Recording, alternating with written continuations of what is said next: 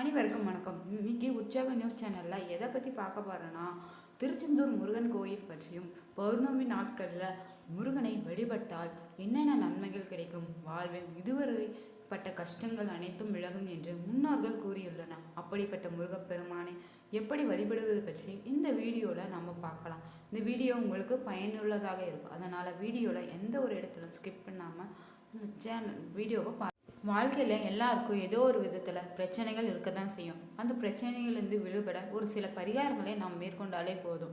கருங்காலி மாலையை பயன்படுத்துவதால் தோஷங்களை நீக்கக்கூடியதாகவும் இருக்குது. ஜாதகத்தின் செவ்வாய் தோஷம் உள்ளவர்கள் இந்த மாலையை அணியலாம். கருங்காலி மாலையை அணிந்து கொள்வதால் மட்டுமல்ல, கருங்காலி மரத்தின் நிழலில் அமர்ந்தாலும் கூட உடலின் பலவிதமான நோய்களை தீர்க்கும் தன்மை கொண்டது. இது உடலையும் ஆன்மாவையும் பலன் அடையக்கூடியது. அத்தகைய கருங்காலி மாலையை வாங்க விரும்புபவர்கள் இந்த சேனல் வீடியோவில் பதிவிட்டிருக்க நம்பருக்கு ஃபோன் பண்ணி உங்களுடைய ஆர்டரை தெரிவிச்சுக்கோங்க.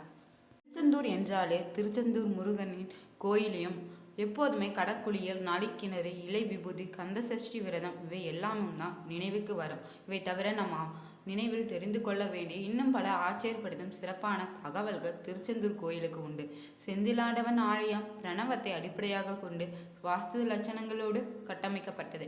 கோயிலின் வடக்கு தெற்காக 300 அடி நீளமும் கிழக்கு மேற்காக 214 அடி அகலத்துடன் அமைந்துள்ளது. கோபுரம் யாழி மண்டபத்துக்கு மேல் 137 அடி உயரமும் 90 அடி நீளமும் 65 அடி அகலத்துடன் திகழ்கிறது. இதன் 9வது மாடத்தின் கடிகார மாளிகை இருக்கிறது.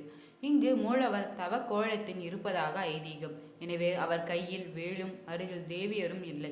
செந்திலாண்டவர் ஒரு முகம் 4 திருக்கரங்களுடன் நின்ற கோலத்தின் கிழக்கு நோக்கி காட்சியளிக்கிறார். மூலவருக்கு குமர தந்திர முறையிலும் சண்முகருக்கு சிவகாம முறையிலும் பூஜைகள் நடைபெறுகிறது.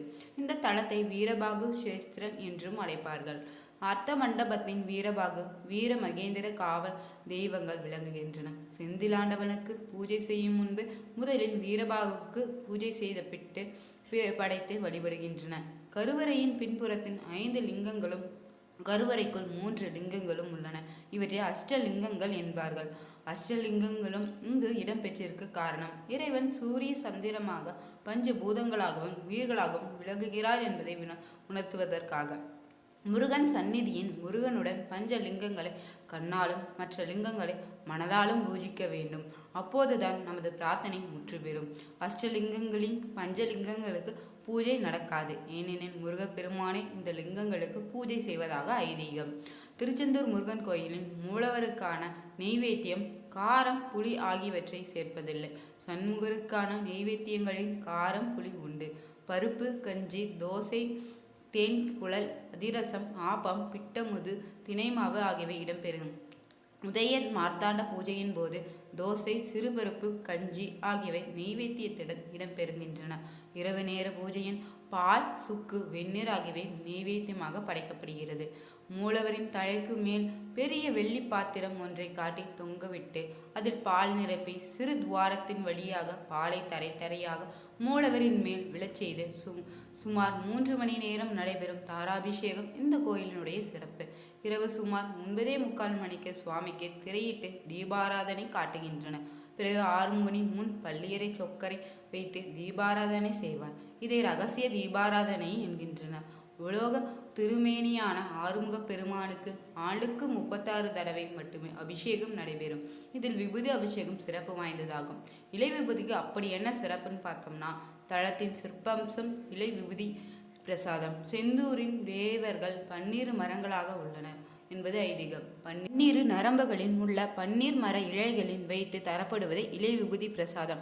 முருகப்பெருமான் தன் 12 கரங்களால் விஸ்வாமித்திரரின் காசநோய் நீங்க திருநீறு அளித்ததன் தத்பரியம் இது.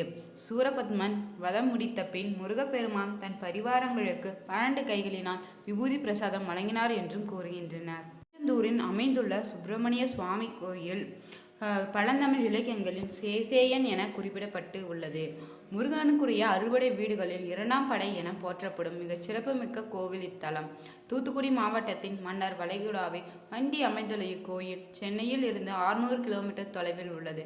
சங்க இலக்கியங்களிலும் சிலப்பதிகாரத்திலும் குறிப்பிடப்பட்டுள்ள இக்கோயில் 2000 ஆண்டுகள் வரை பழமை கொண்டதாக கருதப்படுகிறது. முருகப்பெருமானுக்கு கடற்கரை ஓரத்தில் அமைந்துள்ள ஒரே கோவில் இதுவாகும். இக்கோயில் அமைந்துள்ள இடம் திருச்செற்றளவாய் என முன்னர் அழைக்கப்பட்டது. தேவர்கள் தங்களை தொந்தரவு செய்த சூரபத்மனை அழிக்கும்படி சிவபெருமானிடம் முறையிட்டனர். அவர்களது வேண்டுதலை ஏற்ற சிவன் தன் நெற்றிக்கண்ணில் இருந்து 6 பொறிகளை உண்டாக்கினார். அதிலிருந்து முருகப்பெருமான் தோன்றினார். பின் சிவபெருமானின் கட்டளையை ஏற்று சூரபத்மனை அழிக்க இங்கு வந்துள்ளார். இவ்வேளையின் முருகப்பெருமானின் தரிசனம் வேண்டி தேவர்களின் குருவான வியாழ பகவான் இத்தலத்தின் தவம் இருந்தார். அவருக்கு காட்சி தந்த முருகப்பெருமான் இவ்விடத்தில் தங்கினார். அவர் மூலமாக அசுரர்களின் வரலாற்றையும் தெரிந்து கொண்டார். அப்போது தனது படை தளபதியான வீரபாகுவை சூரபத்மனிடம் தூது அனுப்பினார். அவன் கேட்கவில்லை. பின்பு முருகன் தன் படைகளுடன் சென்று அவனை வதம் செய்தார். வியாழ பகவான் முருகனிடம் தனக்கு காட்சி தந்த இவ்விடத்தில் எழுந்தருளும்படி வேண்டிக் கொண்டார். அதன்படியே முருகனும் இங்கே தங்கினார். பின்பு வியாழ பகவான் விஸ்வகர்மாவை அழைத்து இங்கு கோவில் எழுப்பினார். முருகன் சூரனை வெற்றி பெற்று ஆட்கொண்டதால் இவர் செந்திரநாதர் என அழைக்கப்பெற்றார். பிற்காலத்தின் இப்பெயரு செந்தில்நாதர் என மருவியது. தலமும் திருஜெயந்திபுரம் என அழைக்கப்பெற்றது. திருச்செந்தூர் என மருவியது. முருகனுக்குரிய அறுபடை வீடுகளில் திருச்செந்தூர் மற்றும் கடற்கரையிலும் பிற 5 மலை கோவிலாக அமைந்துள்ளது. 130 அடி உயரம் கொண்ட இக்கோவிலின் கோபுரம் 9 தளங்களை கொண்டதாக அமைந்தது. முருகப்பெருமான் சூரனை ஆட்கொண்ட பின்பு தனது வெற்றிக்கு நன்றி தெரிவிக்கும் விதமாக சிவபூஜை செய்தார். இந்த கோலத்திலேயே முருகன் வலது கையின் தாமரை மலருடன் அருள்பாலிக்கிறார். தலையின் சிவயோகி போல மகுடமுடன் தரித்திருந்தார். இவருக்கு இடதுபுறம் சுவரில் ஒரு லிங்கம் இருக்கிறது. இவருக்கு முதல் தீபாராதனை காட்டிய பின்பே முருகனுக்கு தீபாராதனை நடக்கும். காலை 5 மணி முதல் இரவு 9 மணி வரை திறந்திருக்கும். தமிழகத்தின் முருகனுக்கு பல தலங்கள் இருந்தாலும் குறிப்பிட்ட 6 தலங்களின் படைவீடாக கருதி வழிபடப்படுகிறது திருச்செந்தூர் முருகன் கோயில். போர் புரிய சொல்லும் தளபதி தனது படைகளுடன் தங்கியிருக்கும் இடம் படைவீடு எனப்படும். அவ்வகையின் சூரபத்மனை வதம் செய்ய சென்ற முருகப்பெருமான் படைகளுடன் தங்கியிருந்த தலம் திருச்செந்தூர் மட்டுமே ஆகும். ஆனால் மற்ற 5 தலங்களையும் சேர்த்து அறுபடை வீடு என்கின்றோம். வறுமையில் வாடும் ஒருவரிடம் வறுமையே வேண்ட ஒருவர் வள்ளல்கள் இருக்கும் இடத்தை சுட்டிக்காட்டி அங்கு சென்றால் அவரது வறுமை தீரும் என்று சொல்லி அவரை ஆற்றுப்படுத்துவார். அந்த வகையில் அமைந்த நூல்கள் சங்க காலத்தின் ஆற்றுப்படை எனப்பட்டது.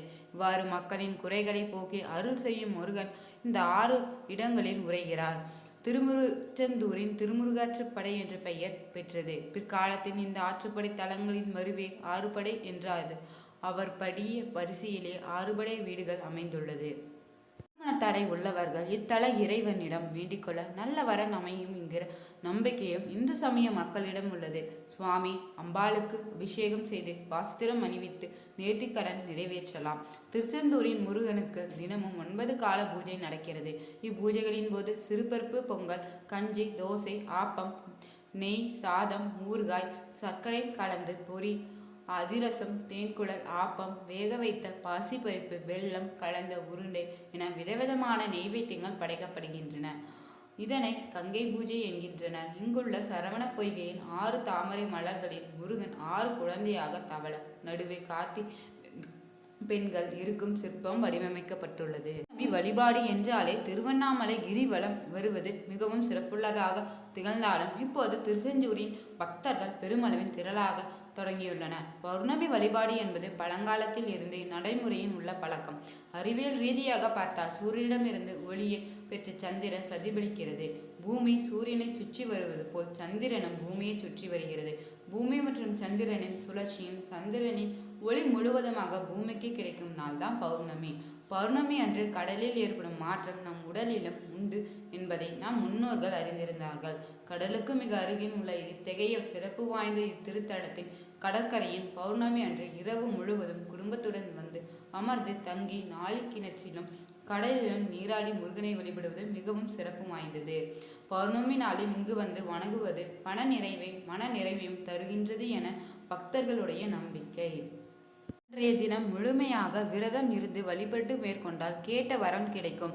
விடியற்காலையில் எழுந்து குளித்து முடித்துவிட்டு வாசல்களின் கோலம் போட்டு பூஜை அறையில் விளக்கேற்றி என்ன வரம் வேண்டுமோ அதை சங்கல்பம் செய்து கொள்ள வேண்டும். பிறகு அருகில் இருக்கும் முருகன் கோயிலுக்கு செல்ல வேண்டும். இங்கு 2 நெய் தீபங்கள் ஏற்றி வைத்து தங்களால் முடிந்த ஏதாவது அபிஷேக பொருளை அபிஷேகத்திற்காக வாங்கி கொடுத்து வழிபட்டு விட்டு வீட்டுக்கு வர வேண்டும். அங்கு வரும் பக்தர்களுக்கு இனிப்பு பொருட்களை பிரசாதமாக வழங்குவதன் மூலம் நம்முடைய வாழ்க்கையின் நல்ல மாற்றம் ஏற்படும். உங்களுக்கு பிடிச்சிருந்தா லைக் பண்ணுங்கள், ஷேர் பண்ணுங்கள், கமெண்ட் பண்ணுங்கள். இது போன்ற சுவாரஸ்யமான தகவல்களை உடனுக்குடன் தெரிஞ்சுக்கொள்ள நம்ம உற்சாக நியூஸ் சேனலை மறக்காமல் பெல் பட்டனை கிளிக் பண்ணி சேனலை சப்ஸ்கிரைப் பண்ணிக்கோங்க. Thank you viewers.